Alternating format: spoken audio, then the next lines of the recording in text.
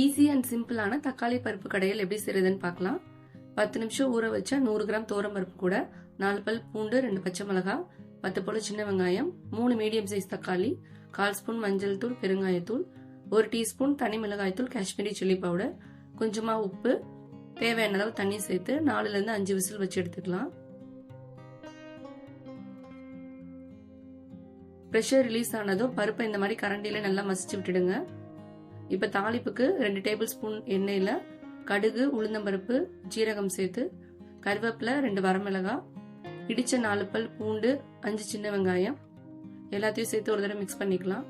இப்ப இது கூட ரெடி பண்ணி வச்சிருக்க பருப்பை உள்ள சேர்த்துக்கலாம். இதுல கொஞ்சமா புளிக்கரைசல் சேர்த்து தேவையான அளவு கொத்தமல்லி போட்டு ஒரு 2 நிமிஷம் கொதி விட்டு இறக்கிக்கலாம். ஃபைனலா 1 டேபிள் ஸ்பூன் நெய்ல கொஞ்சமா சாம்பார் பொடி மிக்ஸ் பண்ணி தாளிச்சுக்கலாம். இது ஆப்ஷனல் தான்.